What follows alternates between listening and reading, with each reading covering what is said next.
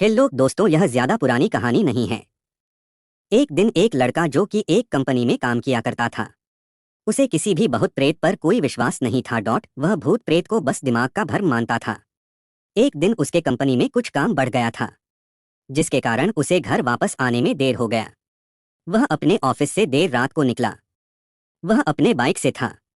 कुछ दूर चलने के बाद उसका बाइक खराब हो गया। अब वह अपनी बाइक को पैदल ही लेकर चल दिया। कुछ दूर के बाद उसे एक बस स्टॉप दिखा। वह कुछ देर वहां रुक गया। उसके पास एक साधु आकर बैठ गया। साधु अपने पास एक बीड़ी रखा हुआ था। वह अजीब तरीके से उसे पी रहा था। उस लड़के की एक आदत थी कि वह किसी से भी बात करना शुरू कर देता था। वह इस साधु से भी बात करने लगा। बात ही बात में इस लड़के ने कहा, बाबा, मैं किसी भी भूत प्रेत को नहीं मानता हूँ, बस सब झूठी बातें हैं। साधु ने कहा, तुम भले ही भूत प्रेत को मानो या फिर न मानो, लेकिन तुम यह न कहो कि भूत प्रेत नहीं होते हैं। यह सब कुछ होते हैं। इस पर उस लड़के को थोड़ी सी हंसी आ गई। उसने कहा, भूत होते हैं तो क्यों हमें नहीं दिखते हैं? क्या आप मुझे अभी कोई भूत दिखा सकते हैं? साधु को लग गया कि अब इसे जरूर ही भूत दिखाना होगा। साधु ने लड़के को श्मशान घाट की ओर चलने को कहा। फिर क्या था, वह दोनों चल दिए। रास्ते में उस लड़के को थोड़ा डर लगने लगा। फिर भी वह अपने डर को कम करके आगे बढ़ते जा रहा था। कुछ देर के बाद वह श्मशान घाट पहुंच गए।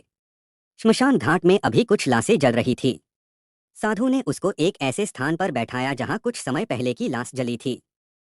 साधु ने जमीन में एक लोहे का कील गाड़ दिया। उसमें एक सफेद धागा बांध दिया।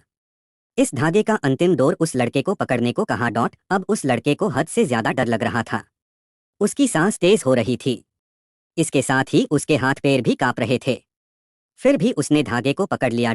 साधु ने कुछ बतासा को 4 जगह पर रख दिया। सारे बतासे उस धागे की पास ही एक लाइन में रखे हुए थे। उसके बाद साधु ने लड़के को सावधान किया, अभी कुछ आत्मा इसको खाने को आएगी। जब तक वह इसको खाकर चले न जा जाए तब तक तुम अपने हाथ के धागे को मत छोड़ना। यदि तुम ऐसा करते हो तो तुम्हें नुकसान हो सकता है। फिर साधु से मंत्र पढ़ना शुरू कर दिया। कुछ मंत्र पढ़ने के बाद साधु ने उस लड़के को आंख बंद करने को कहा। फिर कुछ देर के बाद ही आंख खोलने को कहा। जब उस लड़के ने आंख खोला तो वह जो देख रहा था, उसे उसके ऊपर विश्वास ही नहीं हो रहा था।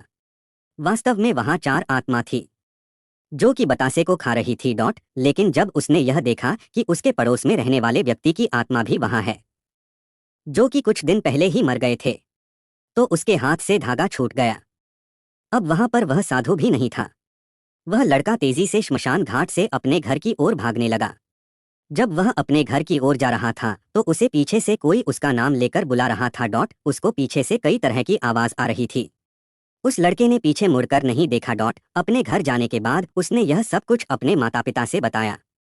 फिर वह अपने कमरे में सो गया। अगले दिन उसकी आंख उसी श्मशान घाट में खुली और उसी स्थान पर जहां पर उसने आत्मा को देखा हुआ था। इसके बाद वह दिमागी तौर पर बीमार रहने लगा।